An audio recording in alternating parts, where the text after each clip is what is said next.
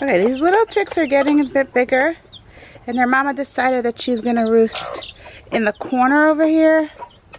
So we took out the house that was here, the box. She has her 4 chicks. Look how she gives them food. She drops it down next to them and they eat it.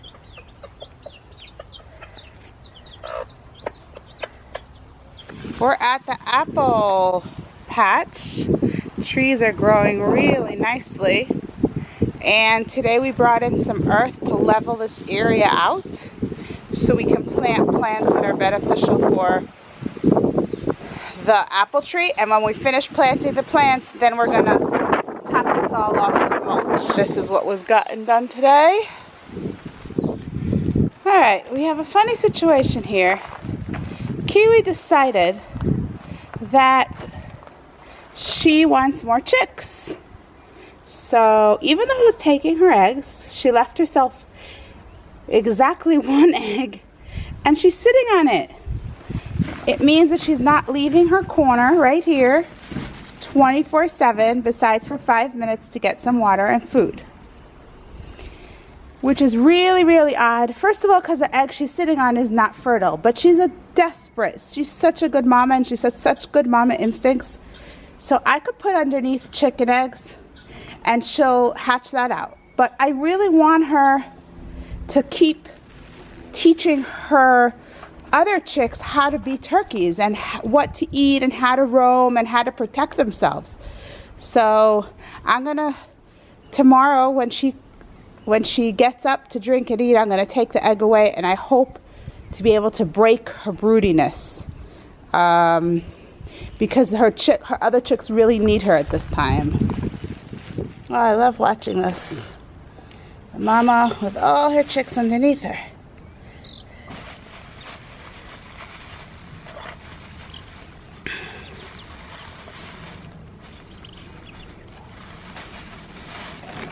Where do we see her head? Her head's here. Yeah. It's an amazing sight.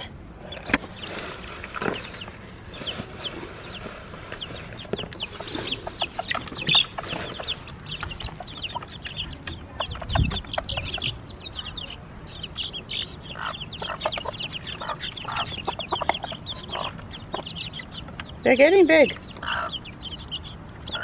They are getting big. Okay, sweet potato in the ground. Sweet potato. Berries in the ground. What's this? Someone left us a present. Don't know what this is. Okay, berries, huckleberries, blackberries.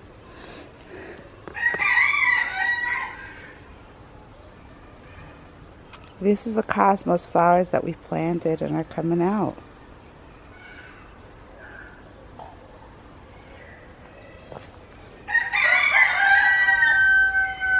And this is our celery. Look how big it's getting. Wow. This is our dill.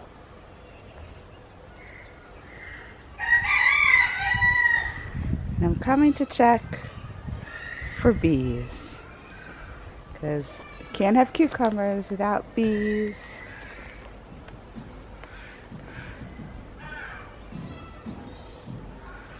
I can't hear the bees and I can't see the bees.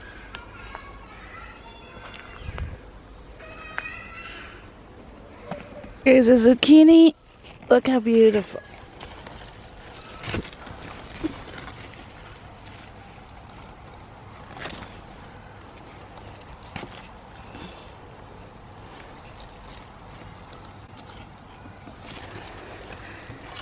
Yeah, there's lots of zucchinis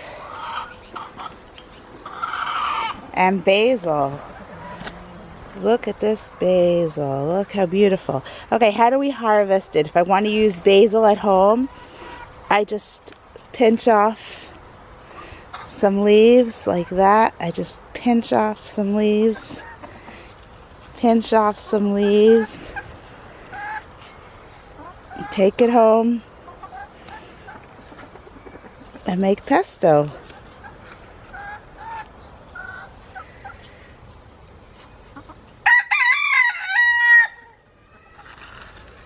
Oh, this smells so good. Whoa, it's so fragrant. And we're gonna have yummy pesto for Shabbos.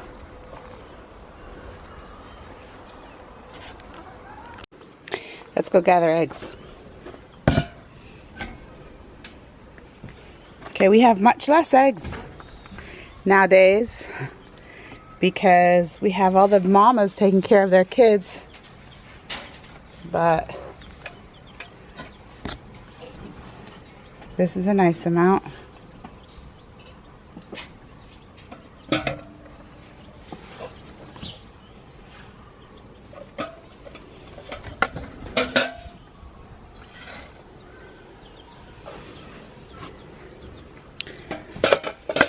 Okay, everyone, we're at Rabbi Schwab's house, the campus rabbi, and he's going to help us take trumos and maestros. You say tith or tithe? Tithe. Tithe. Okay. Tithing is the English word. Tithing's It's English. the word from word 10. Let me just find where I am here. Okay, listen, I just want to explain just a few words. These plums, they're mini plums. They're very delicious. They were picked on the Vay campus. They have these beautiful big trees. They don't look like they're plum trees. Not typical, but they are. They're decorative trees, but they have plums, and we have to give masa from them. Now we have here approximately 3 kilos, so we have to give masa. We have to do a few things here. We do 4 things we're going to do. It's the 5th year of the Shemitah cycle, so we have to do Truma Gedola, which we do every year. Truma Gedola is what we would normally give to the Kohen. Now, we normally give to the Kohen when we actually gave it to the Kohen, we give approximately 2%. But since we don't give it to the Kohen, we give him what is minimally fulfills the mitzvah. That's a small amount, And then we have to give 10% to the Levi, 10%. Now, we don't separate 10% physically, we designate 10%, and since we don't know who a Levi is, we don't know for sure these are Levites, but people claim that they're Leviim, and we give them aliyah. When it comes to Maser, we don't have to give it to them. So we separated, and this which we theoretically would have had to give to the Levi. So we separate that by designating a place with the fruit. Now the Levi has to give 10% of what he gets is to the Kohen. So excuse me, Rabbi. So we're giving to the Kohen and the Levi, and the Levi's giving from what we give him. Yeah, that's what normally would happen. Okay. Now, you give to the Kohen, then you give to the Levi. Right. Now, but we don't give to the Kohen, we go give to the Levi. But what we give to the Kohen, we're not allowed to eat. Only the Kohen can eat it when he's ritually pure. Since we're not 100% sure who is a Kohen, and the Kohen anyway can't eat it, we don't have to give him the recommended amount. We have to give him the minimal amount, and that's the small amount. I gave him half a plum, half of these small plums, and this would be enough. An infinitesimal amount, that's enough. Now, then there's one more thing that we have to do, and that's we have to do Maser Sheni. Every first and second, the 4th and the 5th year of a Shemitah cycle, we separate 10% which we take up to Jerusalem. Now this is called Maser Sheni. What we gave to the Levi is Maser Rishon, and we gave to which we separate is Maser Sheni. Maser Sheni we take up to Yerushalayim, and we enjoy ourselves in Yerushalayim. Now you don't have to take up the actual fruit, especially the days when refrigeration was not possible. So if you take a plum that you grew in the Galilee, by the time it gets to Jerusalem, maybe nothing left. Maybe the pit might be left. So we exchange that for money. And we exchange it for money, and the money is taken up to Yerushalayim. So what do we do nowadays? Nowadays, I have a special coin, which I really should take out here. And this coin is an explanation of how we get this coin. And this is, another video. I actually did this coin myself. I had some grapes that grow here, right? And this is called a pruta chamura. Now, you can use any coin if you have enough maaser. When you don't have enough maaser, you have to use a coin like a pruta chabur. And that's what you have designated. I always use this pruta chabur. Now, let's just recap. I will physically separate truma gedola. I will designate 10% of these fruits in this basket for the Levi. I physically separate what the Levi gives to the Kohen, and now I have to designate what's Maser Sheni, what I take the Maser Sheni, and exchange it on this coin. Now I'm going to do all this in a special nusach. I'll try to explain the nusach as I go on. The nusach will be in Hebrew. I'll make 2 blessings. The first blessing is for giving Trumas and Maser, and then when we exchange the Maser Sheni on the coin, there's another blessing that we do. So we're going to start now. I'm going to stand now. I already separated. There's about 3 kilos here. There's slightly less than 3 kilos. I took a little bit more than 1%.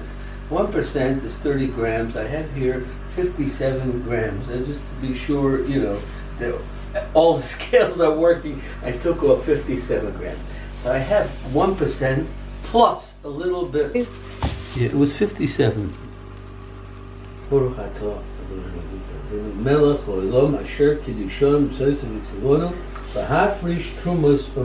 Amen. Change the Maser Sheni on this coin. In here, the coin, it's sealed up, I don't want to take it out. It's a regular 10 shekel coin. Maybe I'll make a bracha here. Baruch atah Eloheinu melech haolam asher kiddusham tzveisu v'tzivonu livdos Maser Sheni. Amen. Now, Maser Sheni is hu v'chomsho, the Maser Sheni and the 50. When you read now, we can eat everything. This part I can't eat. This is the part that's designated to Kohen.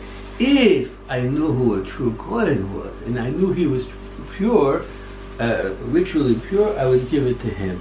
I'd add a little bit more. I'd do 2%, not an infinitesimal amount. I would give it to him.